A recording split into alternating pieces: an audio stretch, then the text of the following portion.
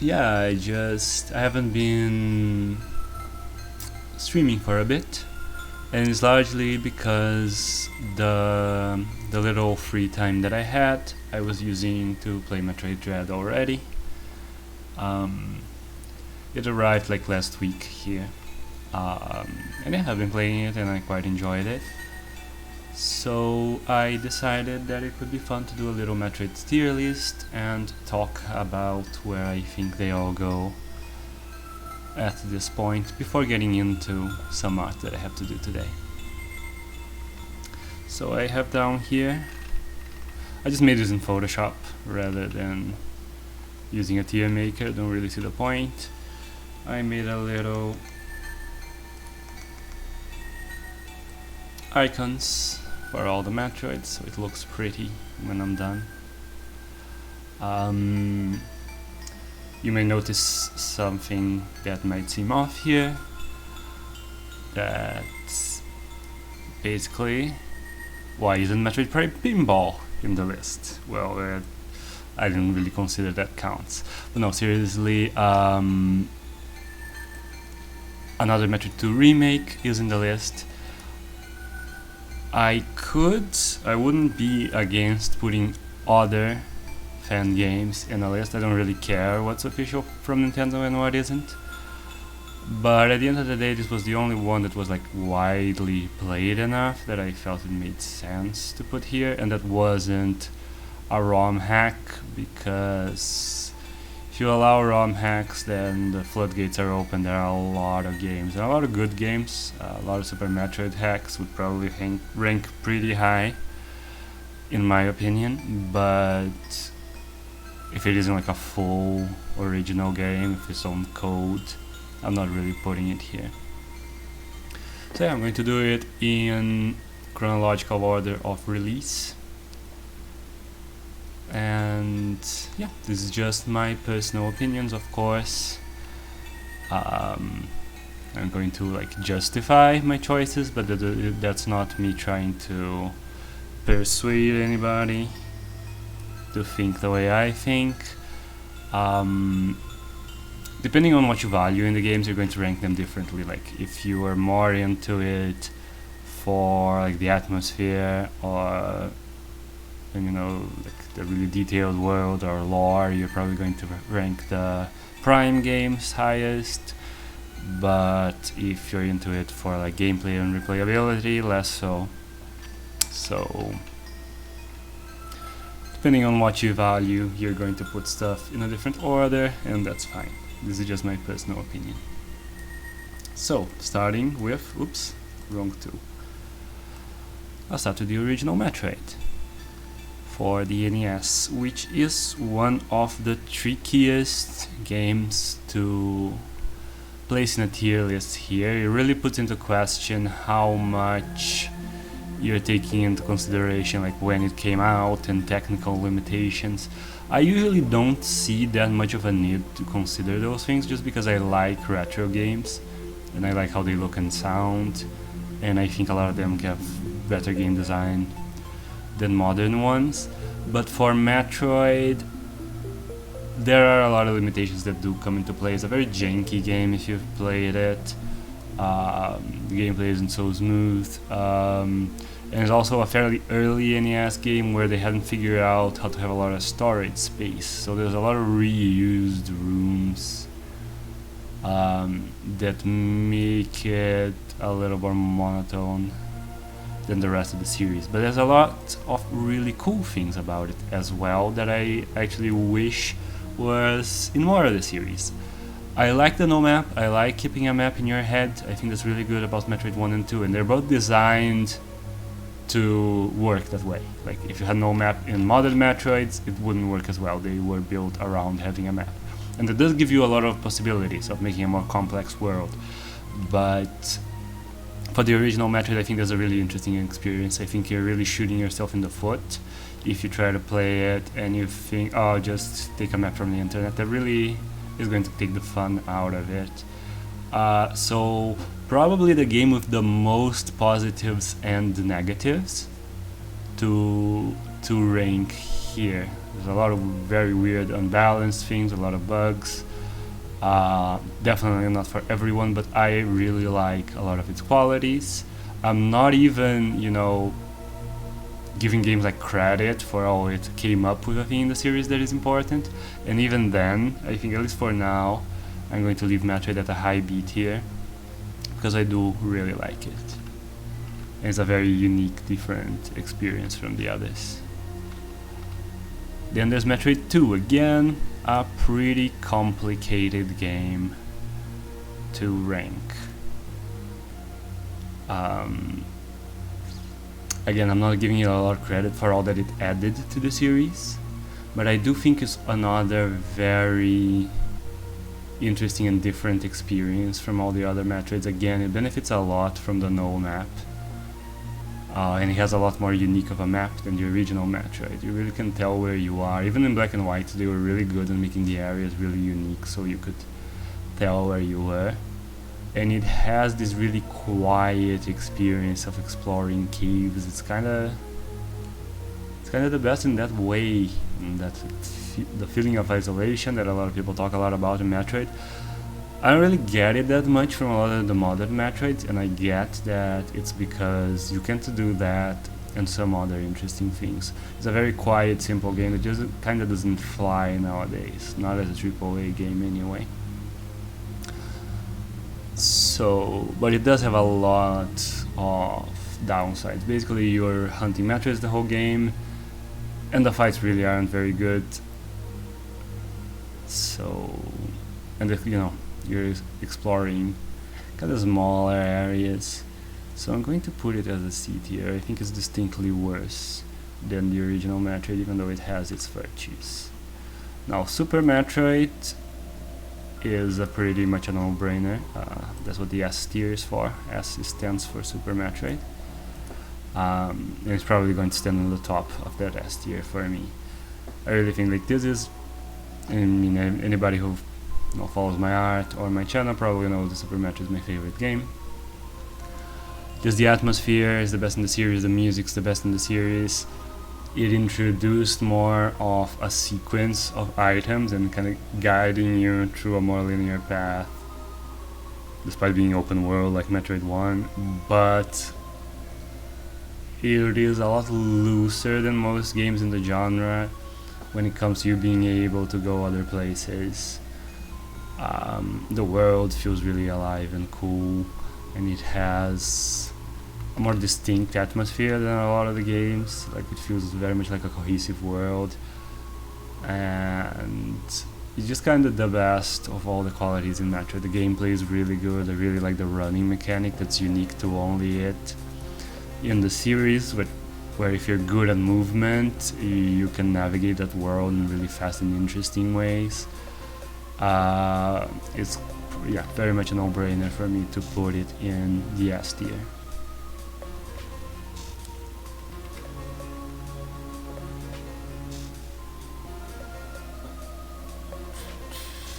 Well, after that we have Metroid Fusion.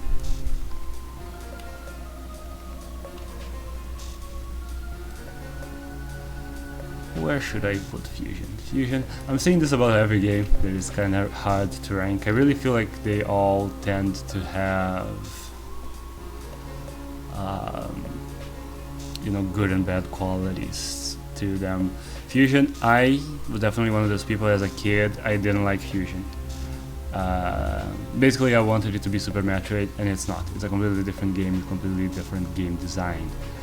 It's a very linear game. It really flows more like Metal Gear than like traditional Metroid, in terms of like it's a persistent world, but you are doing little missions inside it that are guided, and then like the way it flows, you gain more and more liberty over time as Sam starts not following orders. So it's really good at like telling a narrative through gameplay. The gameplay is really good and polished. And I really like how daring it is, how it went completely different from everything before it in the series. So I think that's going to be an A tier. Now, then Metroid Prime. What do we do? Where's my mouse? Here it is. What do we do with Prime? Prime games are probably going to be the most, among the most controversial picks. I think Prime goes in A, but it does go below Fusion. I tend to like the 2D Metroids better than the Prime games, but Prime it chose one thing for Metroid to focus on. It really just focused on like the atmosphere and exploring a world, and it made the world look really cool and really rich. And they put the lore mechanic in, where you're like reading in the middle of a game. And compared to the old school Metroids, it's a very slow-paced game. There's more for like a single playthrough to just enjoy the atmosphere. And on that strength, I feel like it deserves an A, especially the first game. But it has aged more, in my opinion, than most of the older games. I feel like you can enjoy something like Metroid 1 or even Metroid 2 in their own terms, even nowadays. Like, of course, they wouldn't be a AAA game, but they could be a really interesting indie game that's about being really simple and isolated and exploring a world with no guidance and no map and nothing like that. Like, something like that could come out today, and for like an indie public, be seen as really cool and interesting. Metroid Prime, I really don't think could come out today in any capacity. It feels very archaic, the way that it controls, even with like the trilogy version where you're using more FPS controls.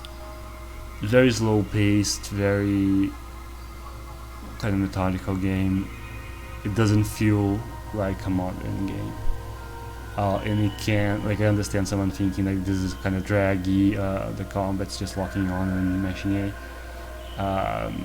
But that strength of the atmosphere, I feel, pushes it up to an A. I still really like it. Then we have Zero Mission.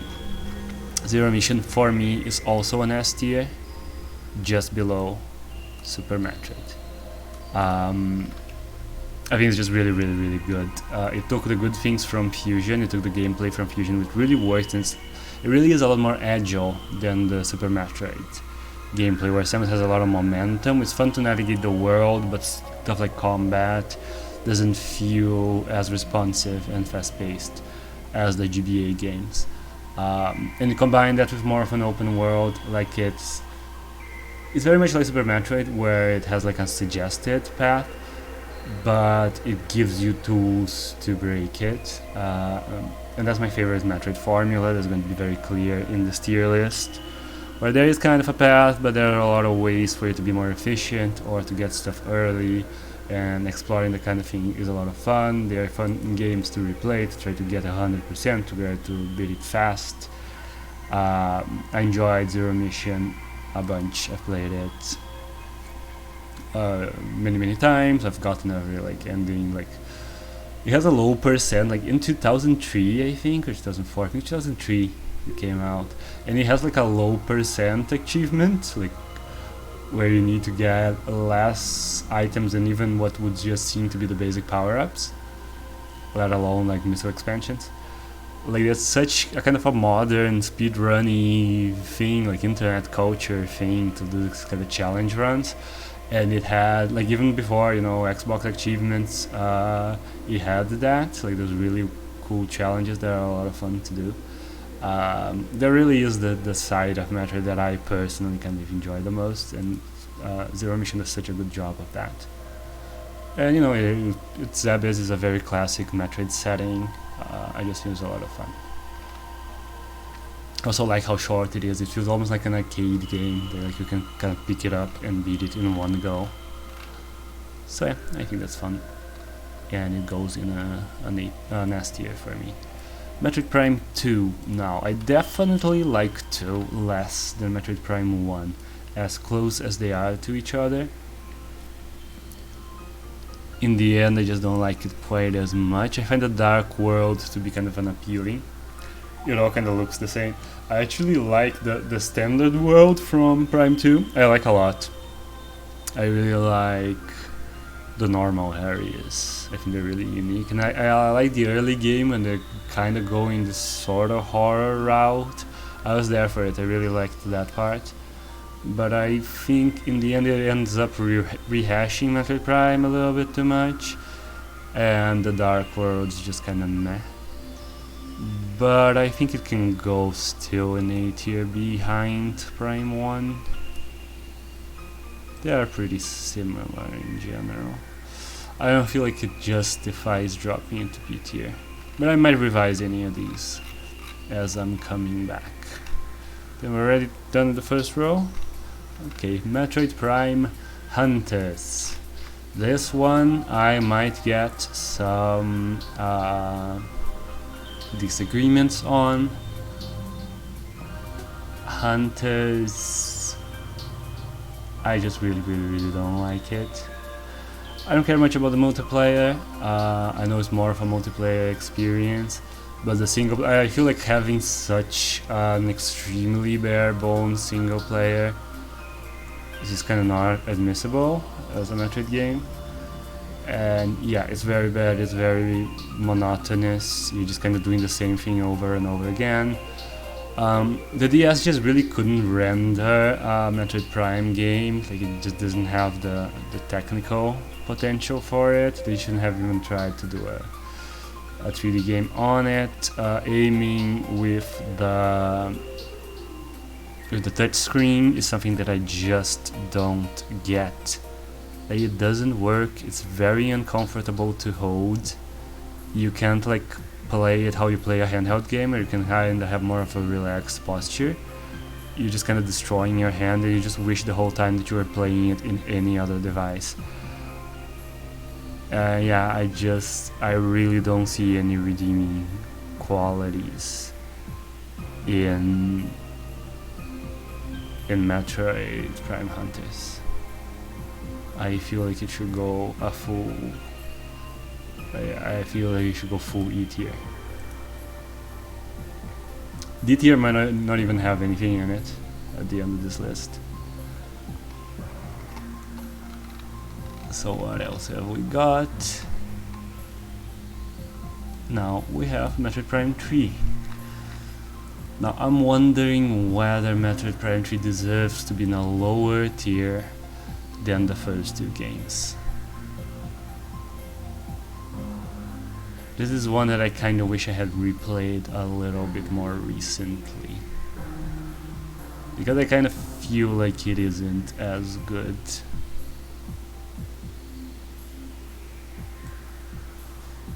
I don't know if it quite justifies that though. Is the alias just going to be huge? I'm actually questioning. Maybe 2 and 3 should be. I feel like Metroid Prime, because it's the first and because the world's kind of bad, it deserves to be in A. But I feel like 2 and 3 deserve to be in B. And then I'll put the original Metroid here, which has some really good qualities, but also some worse ones. Again, I'm not doing it even like related to its time, like when it came out. It's more like on the merits of a more simple or a more complex game, but I'm not, you know, for saying how innovative the original Metroid was, how good it was for its time, it should probably be higher, but I'm not giving it that much points for that. Now, Metroid Other M, everybody's favorite Metroid game. Yeah, I'm not a huge fan of Metroid Other M. It's another one of those that, you know, has cool things about it and bad things, but in this case it's not like a balanced amount. It really just has a lot of bad things about it and a few kind of cool things. I like the basic gameplay, like when you're running around, like I feel the auto aim worked really well. Dodge being just done with the D-pad, but about timing I think works really good. The combat, all that's cool. The rest is pretty terrible. The story, of course, is very bad and poorly told. It's a very ham-fisted story. It's poorly paced. It's poorly acted. What interesting themes it had, it doesn't explore very well. And yeah, it's just overall a very, very bad execution of it. What is going to be like, this is going to be it here, like you can probably predict. What might be a little bit, what might be controversial about it is I am putting it ahead of Hunters. I think Hunters is worse than Other M if you judge the game by its own merits. Like, people get very angry at Other M because they feel like it hurts the canon of the games. Like, it makes Samus really lame, it makes Adams really lame. It makes the relationship not at all cool and respectful like it sounded in Fusion. It makes it really creepy and weird. And unhealthy, like it's not nice. But I'm kinda not taking that into consideration. Again, that's like about the criteria that you use. I'm kinda just judging story as like a bad story, like on its own merits. It's kind of a bad story of like a Japanese game. Like, it's kind of hammy and over long, like the cutscenes are over long. And it's just kind of lame and embarrassing, but I'm not taking it, oh, you ruined the Metroid. That's, I'm not really taking into consideration, because I have a very easy time personally ignoring bad games and pretending they didn't happen. It doesn't hurt my enjoyment of future or past games. And because its gameplay is actually pretty fun and good, like the moment-to-moment gameplay, unlike Hunters, which is boring and hurts your hands. It has really bad ideas, like the way the first-person aiming works is really stupid in my opinion. And I really don't feel like the Metroid aspect of it has much to add. Like, even in Fusion, it's really linear. 100% in Fusion is actually a lot of fun. At the time it came out, it was the most fun Metroid game to 100% easily. Like, the way stuff is hidden is just interesting to find and explore. Other M really isn't. It's just kind of a chore. And missiles, like, you can recharge missiles during the fight, so missile expansions feel really pointless. Just not the best game. So, another Metroid 2 remake. The only fan game that I happen to put on this list. This would be an A tier for me. Personally, actually, I'm going to put it ahead of Metroid Prime. Again, probably controversial, but it's just how I'm going to do it. I really like another Metroid 2 remake. Both it and Samus Returns were kind of trying to do something that isn't really possible. They were trying to remake Metroid 2 as if it was Zero Mission. They're very different games, and there are very central things about 2 that do not allow it to be Zero Mission. The plot of the game is you're killing every Metroid. It has to be kind of a completionist game. And that kind of goes against the fast-paced, sequence breaking, low percent getting, speedrunning kind of vibe of Zero Mission. So you're kind of trying to be two things and not working so well at it. Like, both of them are, both of the remakes. But what Another Metroid 2 remake did was it took a lot of cues from Prime to make the world feel very rich and very alive. They had like a lot of logs of things that they added. And they added a lot of set pieces, a lot of extra detail to the world that makes it feel really rich and really interesting to be moving through it. There's a lot of love and a lot of effort that you feel playing that game to make the areas interesting and unique, and I think they did a really, really good job of that. So just because of that, I do put it very highly. Not quite the same level as Fusion, because I do really like the Fusion story a lot. I like how unique it is. So even if this game is more my format for my favorite Metroid, like it's closer to Super and Zero Mission, which are S tiers, and doing it behind Fusion, because I do really respect what Fusion went for. So on that tone, we're going now to Samus Returns, and I have mentioned this before, I don't like it really nearly as much as the general fandom seems to. People were very happy about Samus Returns when it came out. Oh, hey Zane, thanks for the follow. People really liked it when it came out because, you know, it was a long time after Other M and it wasn't Other M, so those were pretty good qualities to have. But I really don't like it as much. I feel that they did an exceptionally bad job in making the world interesting. Like everything that I just said AM2R was good at, they were very, very bad at. Somehow in the 3DS game the areas feel less distinct than they did in the monochrome Metroid 2.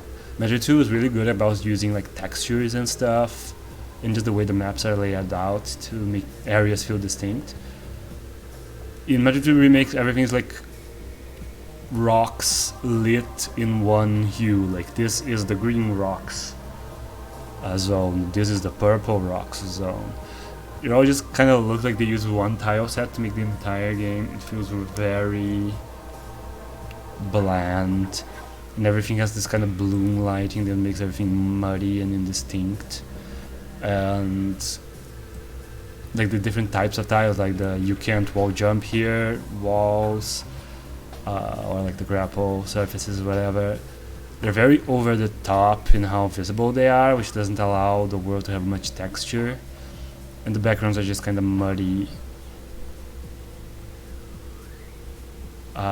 So yeah, I just generally don't feel like it's that great. The combat's really good. I do appreciate the combat, but it doesn't quite lift it for me. We'll do this with Kingdom Hearts and Mario. Well, my Kingdom Hearts tier list would be rather brief, considering that I have only finished one game. I only played Chain of Memories all the way to the end. I started the original Kingdom Hearts, but it just really wasn't that much for me. I'm not into like super plot heavy games usually, so it really wasn't like my speed. But I could Mario if people are interesting. It's just I mostly make so much Metroid content overall that this is the series that I thought someone might think my tier list is at all interesting. I'm not sure, you know, how many people would care when it came to other stuff. But sure, I think this is kind of fun to do if people are interested. I feel like this would be more like for the upload, for like when I cut this video and put it up on YouTube and Twitter. Because it's so short that by the time that the regulars are pouring in, I'll be done. But yeah, thanks for the interest, but I don't know how many people have it as well.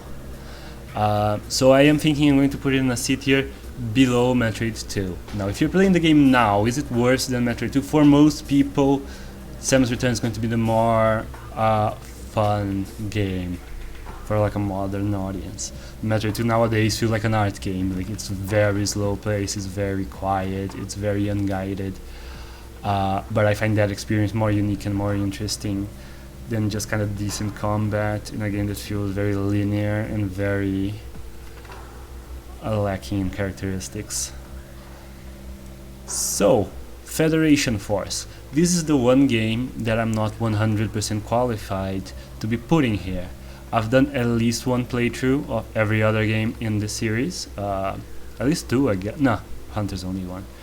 But most of the other ones, you know, there's a couple of Other M, a couple of Samus Returns, more than a couple of 2, a couple of Prime 2 and 3, more than a couple of Prime 1, countless of Metroids 1, Super, Zero Mission, I wouldn't even know, Fusion at least like 5, AM2R 2. This one, couldn't even get through it once. It's just, I mentioned before that Prime, I feel, is very outdated nowadays. It feels like a shooter from like the 90s, like the way it controls. Federation Force to me in general just felt like a 90s shooter. It felt like an N64 game. Like, at least it doesn't break your thumbs because you're playing with an analog stick now, but like it feels like GoldenEye or like a co-op mission on Perfect Dark. I really don't get what they were going for. We're kind of a collectathon thing where you're like, you have like the GoldenEye thing where you're trying to get a good time on your mission, like complete objectives fast, but also the come back here with different weapon to get like the different piece of the armor. I really don't get what they're going for, but every element of it feels like it should have been a rare game on N64. So I really don't think it's very good at all. I wonder where, like, it's better than Hunters because it doesn't hurt your hands and there's more to it. But do I like it? Like, people are not going to be happy with Other M not even being like the second worst, but I feel like Other M has at least something to offer. I am more interested in a game that has something interesting and a lot of really bad things than a game that's just kind of a chore to play. Like, at the point when it came out, Federation Force, I just don't feel Federation Force like has a right to exist. It was just really kind of plain. And again, this could change because if at some point I decide to bore my way through it, I don't feel like that level of like responsibility to the Metroid series to play a game that I'm finding completely boring. But yeah, I do feel like boring is worse than just very flawed as far as games go. That's why it's so low. And finally, Metroid Dread. I am just done with my second playthrough of Metroid Dread, where I did some sequence breaks. You already know in the map. I went in and it is in my favorite style of Metroid game. It very much guides you through kind of a sequence, almost too much in my opinion. You never you never pause, you never think like, okay, where can I go now? Like a moment in the Metroidvania where you just pause and look at the map and try to remember what you can now do with this new power-up. Like, the next progression thing to do with your current power-up is always right next to you. Once you get it, if you just follow the first door that you can now go to the first place, you can now get through with your new power-up, will lead to progression in the game. You're never just going to like get like a missile expansion or something and now have to think like what place back there. It never makes you backtrack at all, which is kind of interesting. It feels crazy fast-paced even when you're in your first run. But I was pleasantly surprised in finding out how not rigid it is, even with so many locks and keys that it has, like so many items that can completely block progression. You really don't have to get them in the exact order. They made sure to like intentionally put in a lot of ways to get some stuff early. Like you can get screw attack early, grapple beam early, super missile early. Bombs I didn't get, but I know that you can get early. And just the gameplay is like Samus Returns, like the good part from Samus Returns. That was like the gameplay and the combat. It's improved upon it a lot, so it feels really good. I am putting it on an S tier as well. It might be like purely personal preference that it is not ahead of Zero Mission. I do feel like Super is still better in a few ways. I feel like the world is more interesting in Super, that the music's a lot better, and I do like that gameplay. I do like the momentum running gameplay of Super, and just the polish of it. I'm sure 1 month into Metroid Dread it had more glitches found. It was more broken than Super Metroid was after 20 years of people speedrunning it.